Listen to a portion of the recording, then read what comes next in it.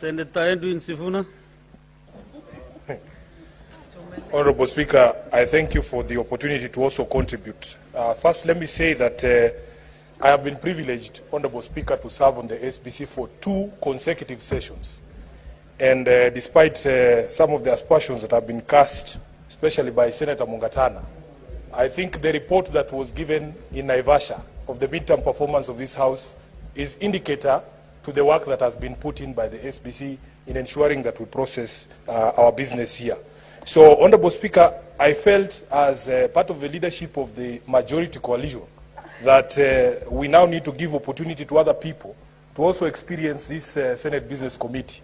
And in fact, when members talk about that anxiety about the speed with which some of the business is moving, especially bills in this House, I don't think from our side there is somebody who is more passionate about the speed at which business is moving than Senator Crystal Asige. So I am hoping that with her in that committee, she will ensure that that which she has wished to see now happens under her guidance. Honorable Speaker, there is another issue that I need to raise as a leader in the House on the question of the speed with which we process bills here. It is also a question of dedication and quorum, presence of members on this floor. I remember at those meetings of the SBC, we have struggled, and the whips especially have felt the weight. Honorable Speaker, when you look at an order paper has almost 30 bills and they keep recurring week after week. Honorable Speaker, we want to ask members that this last 2 years of the life of this Senate, people appear to process those bills, and especially the sponsors of the bills. Honorable Speaker, how many times have we had to drop bills because the sponsors were not in the House? So I also want to urge that whereas SBC can prioritize that business, we need the sponsors of the bills to be here, Honorable Speaker. Finally, Honorable Speaker, there's a matter that has been raised here, and I'm sure you've said you're going to give guidance, but also as members of the House and the leadership, we can also guide. Mr. Speaker, the Constitution is very elaborate. It's very elaborate. You'll see it starts out by defining what Parliament is, then separating the roles of the Senate and the National Assembly.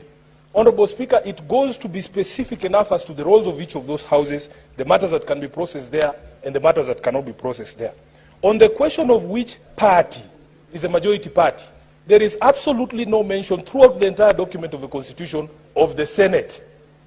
In my view, it means that the leadership or the designation of a majority party is set in the National Assembly. And I will tell you why I think that, Honorable Speaker. Because it would be very absurd, Honorable Speaker, as SG of ODM, for my party to be the majority down there, and I'm in a minority here.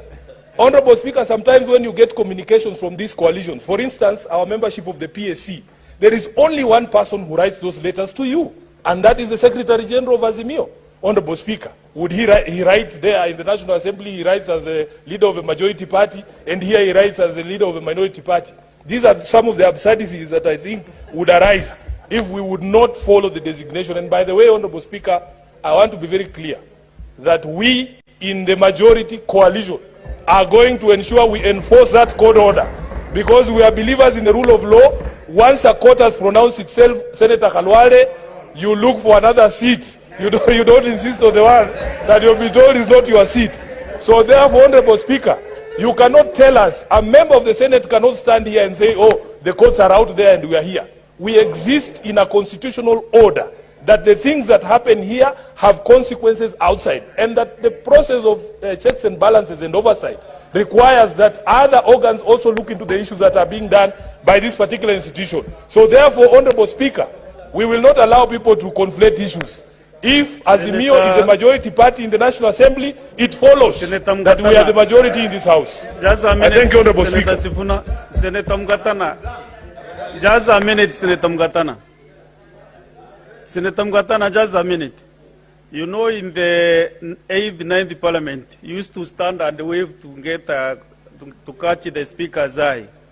Now we went digital. You can just press intervention and I'll see. But what is your point of honor?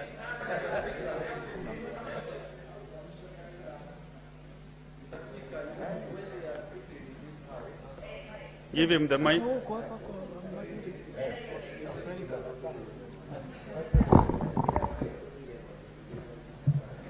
Mr. Speaker, when we are addressing the nation from the floor of this House, we must bear